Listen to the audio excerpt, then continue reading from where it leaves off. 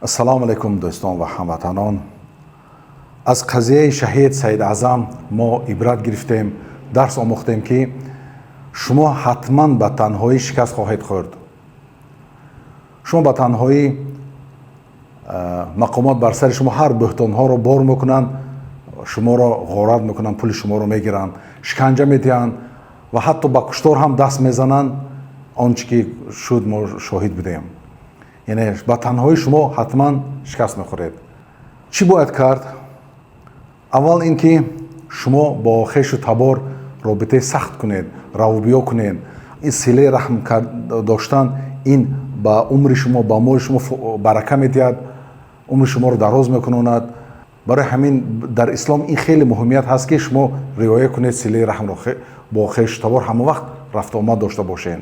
ҳатто пайғамбар саллаллоҳу алайҳи ва саллам вақте ки ба худованд даъват мекарданд ки имон биёред гуфта, баъдаш мегуфтанд ки бо хешу табор равбиё кунед, силаи раҳм дошта бошед. нигоҳ кунед ки ин чӣ як муҳимият дорад.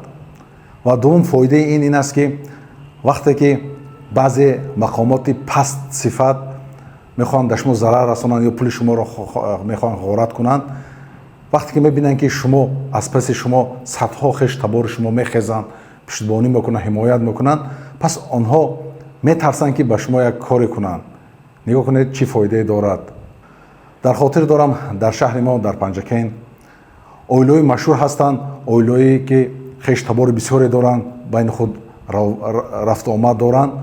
аз ин хел оилаҳо ментои наҷас, уголовникои наҷас метарсиданд ки як коре кунанд ё ягон зараре расонанд ба ин оилаҳо. медонистанд ки аз паси ин шахс одамҳо ҳастанд ки хеста дифоъ мекунанд, ҳимоят мекунанд. барои ҳамин уголовнико, ментои наҷас ҳеҷ дар ин аз хешу табори ин оилаҳо наздик намешуданд.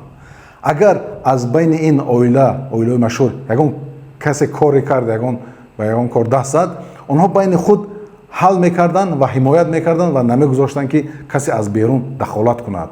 нигоҳ кунед ин чӣ як фоидаи калон дошт. барои ҳамин дӯстон, дар паспортотон ҳам ҳатман фамилия, насли худро зикр кунед. нигоҳ кунед баъзеҳо дунома кардаанд, номи худ ва номи падар. ин бовар кунед хеле хатари сахт аст. рафта рафта аз насли худ дур мешавед, пароканда шуда меравед ва чӣ тавре ки дар боло зикр кардам, ба танҳои шуморо мешикананд, шиканҷа медиҳанд. ин бар зарари шумо ҳаст. ҳатман ва ҳатман насли худ, оилаи худро зикр кунед ва бо ин хешу табор ҳам ҳатман равбиё кунед. як мурда ҳаст, зинда ҳаст, ба якдигар кӯмак кардан, ҳимоят кардан, бо хешу табор хеле хеле робитаи сахт кунед. мисол дар насли шумо, дар оилаи шумо як одами фоҳишае пайдо шуд, ин насл оила ор мекунад ва худаш пеши ин фоҳишаро мегиранд ки ин корро накун, ин ба зарари обрӯи мо мешавад гуфта. нигоҳ кунед чӣ фоидаи калоне дорад ба шумо, ба ҷомеа. як мисоли дигар мебиёрам ба шумо. ҳамин шаҳри Идлиб чӣ тавр машҳур шуд, тамоми рӯи дунё шинохтанд, донистанд ки дар куҷо ин шаҳри Идлиб. ин қисса аз куҷо сар мешавад? мақомоти Сурия як шаҳрвандро куштанд. ин шаҳрванди кушташуда аз як оилаи машҳур буд, Саид Иса мегӯянд. ва ин оила ҳама каза хестанду қасоси фарзандони худашонро талаб карданд. ва рафта рафта нигоҳ кунед ки чӣ шуд. аз Идлиб сар карда то Дамаск пойтахт ин мақомотро чапа карданд, қасосашро гирифтанд. ҳатто ҳукумати оилавӣ ки буд дар самолети худаш нишаста фирор кард, гурехт аз ин давлат. ҳатто ҳамун ҳукуматро ҳам чапа карданд. нигоҳ кунед ки як оила бо ҳам сарҷам будану ба кӯмаки худ қасоси як шаҳрвандро талаб кардан чӣ ба ҳосили калон расид, ба фоидаи ин миллату давлат шуд. барои ҳамин сарҷам будани оилавӣ, ин бовар кунед хеле як қуввати калон ҳаст. ҳатто як давлати бузурге ки буд чапа карданд. нигоҳ кунед чӣ фоидаи калоне дорад. ва дигаре муҳим ин аст ки ҳатман бояд як дар зери ҷамоат бошен.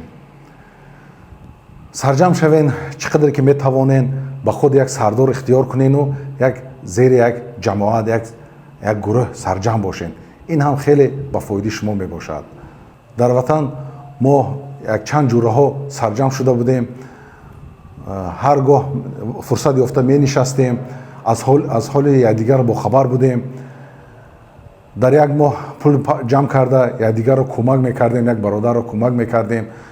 бовар кунед хеле хислати хуб ҳаст. аз ҳоли якдигар хабар мегирифтем, як кӯмак бошад зуд ҷамъ мешудем, ҳама каса ба хонаи ӯ кӯмак мекардем. бовар кунед як сарҷамъӣ бо дӯстон будем. ин хеле хеле хислати хуб аст. хеле ман фоидаашо дидам ки чӣ як қувват буд, чӣ як рафту омад, якдигар ҳолпурсӣ, як пиштупаноҳ доштем. бовар кунед ин як хеле хеле хислати хуб буд.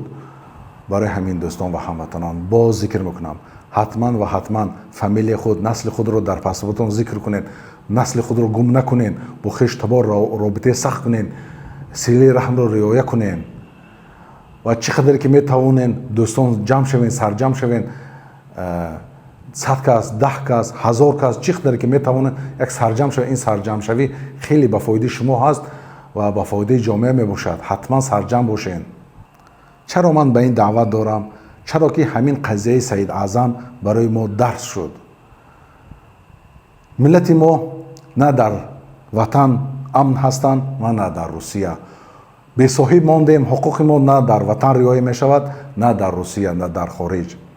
шумо ҳами шумо медонед ки ҳуқуқи мо поймол аст. ҳатто дар Русия ҳеҷ ҳуқуқ надорем, ҳеҷ соҳиб надорем. ҳами шумо ба ин шоҳид ҳастед. барои ҳамин он чӣ ки ман даъват кардам, ба ин риоя кунед. ин ба фоидаи шумо ва ба фоидаи ҷомеа мебошад. оқибати ин сарбаландӣ мебошад. оқибати ин як иззату тоҷдорӣ мебошад. барои ҳамин аз ҳамин сар кунед, риоя кунед ва шуморо ба худованд месупорам. ассалому алайкум ва раҳматуллоҳи ва баракатуҳ.